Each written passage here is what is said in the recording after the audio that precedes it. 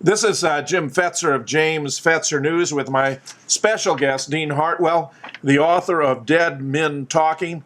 Dean, your book, which is a wonderful, accessible introduction to major controversies of our time, including 9/11 and the death of JFK and RFK, sheds a lot of light on those cases. How did you become interested in the assassination of the Kennedy brothers? I remember hearing about the assassinations many years ago and thinking that something was terribly wrong. Like, this is an event that should not have happened, that it really affected our history. And I started watching this Zapruder film, and that caught my attention. And I wondered, after having read the Warren Report, all of its glorious 888 pages, how it could be that one person could do all those shots, because it looks like a lot of activity is going on in that automobile that Kennedy's driving in. And same thing with Robert Kennedy. It just didn't ring true to me. After hearing where Sirhan's location was in relation to Robert Kennedy, it didn't make any sense that Kennedy could be hit in the back of the head at point-blank range by somebody who was probably 2 feet away and in front. That's right. He was shot Bobby was shot behind his right ear from about 1.5 inches, but Sirhan never got anywhere near that close, nor that location. So that certainly suggests that while he fired many rounds, he appears to have served the role of a distraction. I believe he was. Given that no bullets have been positively retrieved and matched to his gun, and the fact that 13 or perhaps even more bullets were found and also accounted for by an audio tape, which I got to hear a couple of years ago. And it's pretty clear it's not Sirhan that's doing the killing here. It had to be somebody else. And it was pretty clear another person really was an advantage point to kill Robert Kennedy. Yes, there was a fellow by the name of Caesar, a security guard, who it turns out intensely disliked Bobby Kennedy, who was standing directly behind him with a weapon of the same caliber Sirhan was using to fire his distraction shots. Yes, and Caesar was asked about whether he had a weapon of that type that night, and he said no, that he didn't own such a gun. However, it turns out that he sold the gun that was like Sirhan's gun, 3 months later. I've seen a copy of that receipt. He sold it to another man, so it's clear that he lied about the gun. It appears the Los Angeles Police Department was very, what shall I say, irresponsible in the way in which it investigated the case. Did your research support that view? Yes, they had some obvious leads to go with. They had eyewitnesses saying they saw a man who looked like a security guard pull out a gun and shoot. And these people were not pursued by the police. And other people said they saw yet another gunman, not Sirhan, not Caesar, but a third gunman possibly. And yet they weren't really asked much. Instead, while Caesar got relatively lenient treatment by the police, even though he was an obvious suspect, a woman named Sandra Serrano, a 20-year-old volunteer, who saw Sirhan with 2 other people earlier in the evening, and then later saw the other 2 people run out of the Ambassador Hotel saying, "We killed Kennedy, we killed Kennedy." And she reported the story, which was corroborated by another person, and the police gave her very rough treatment and hassled her until she withdrew what she had said. They hassled the witness, you're telling me. They harassed the witness rather than pursue the lead she had offered. Was this the woman in the polka dot dress she had identified? She identified the woman in the polka dot dress who was seen by other people with Sirhan right before the shooting. In fact, Sirhan himself says the last thing he remembers is being offered some coffee by the woman, presumably the woman in the polka dot dress, and he blanks out after that. So I think there's some corroboration all over that the woman did play a role in the killing. In a normal criminal investigation like this, the autopsy report is the basis for subsequent investigation. And yet in this case, I take it, there was a conflict between the police report and the medical examiner's report, and they fired the medical examiner. They did. They harassed him as well.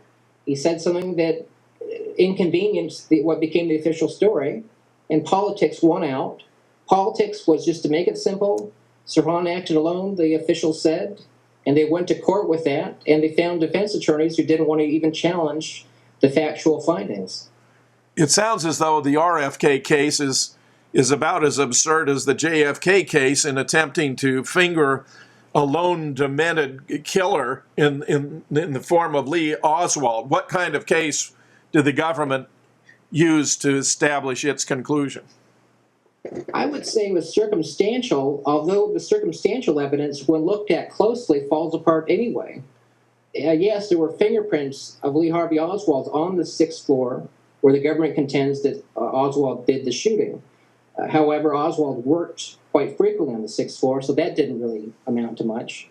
There was a palm print on the weapon that was alleged to have been used in the shooting, Oswald's palm print. However, when the police and the FBI first checked this weapon, the rifle, they didn't find any palm print on it. They found it conveniently about a week after Kennedy died, and 5 days after Oswald died. And Dean, there's a story with that the mortician complained that he had a terrible time getting the ink off of Oswald's hand after they came out to the mortuary and created this palm print on the weapon. Yes, he is noted as having said that. The Men Who Killed Kennedy and other sources as well.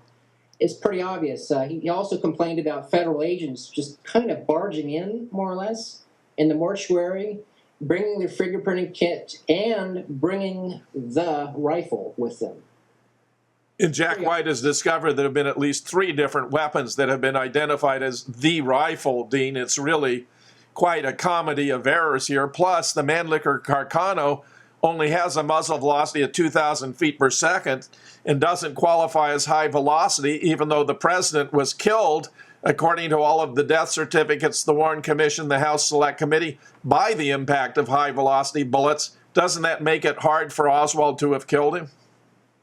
It makes it pretty much impossible. That and the fact that he wasn't even on the 6th floor when the shooting happened. And that pretty much exonerates him right there. Unless perhaps he'd taken the weapon out and beaten JFK to death.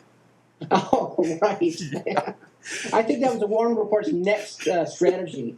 They had to. You know, Dean, multiple witnesses reported Oswald wasn't even on the 6th floor. He was observed down on the 2nd floor in and around the lunchroom at 10 minutes of 12, at 12, at 12:15, as late as 12:25 by Carolyn Arnold, who is the executive secretary of the vice president. And the assassination went down at 12:30. Within 90 seconds afterwards, a motorcycle patrolman held him in his sights in the lunchroom. Both he and Oswald's supervisor, Roy Truly, reported that he wasn't perspiring. He seemed perfectly normal, except Truly added, a little startled perhaps to find an officer holding a revolver on him. And the officer had written he was drinking a Coke. Yeah, drinking a Coke, yes. That was one of his favorite drinks, Oswald's. But yes, it shows clearly he didn't have the time to get there, not from the 6th floor. Isn't that what you would do? Isn't that the first thing you'd do, Dean, after assassinating the most powerful man in the world? Race across the warehouse, trust your store, your trusty Mannlicher Carcano, down 4 flights of stairs to the lunchroom to have a Coke? Oh, yeah. First thing, I wouldn't be concerned at all about being caught or getting out of there before the police rained off the building or anything like that. Sure.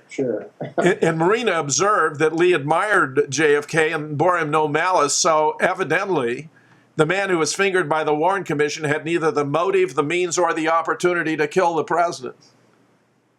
3 strikes and the Warren Commission's out.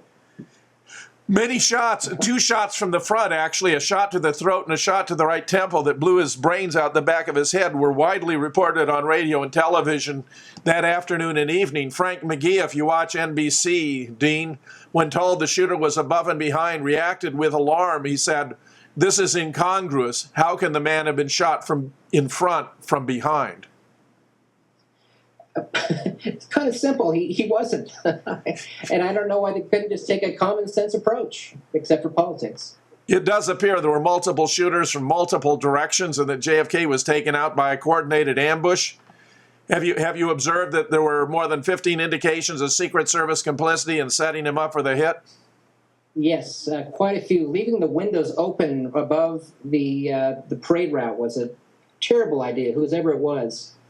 And there were supposed to be people who were supposed to be more or less targets, or people who would get in the way of a bullet for the president by standing on or near the car. They were told to stand down. Drinking had been reported by many of these agents the night prior to the assassination as well. Dean Hartwell, author of Dead Men Talking, thank you for talking with us. Thank you, Jim.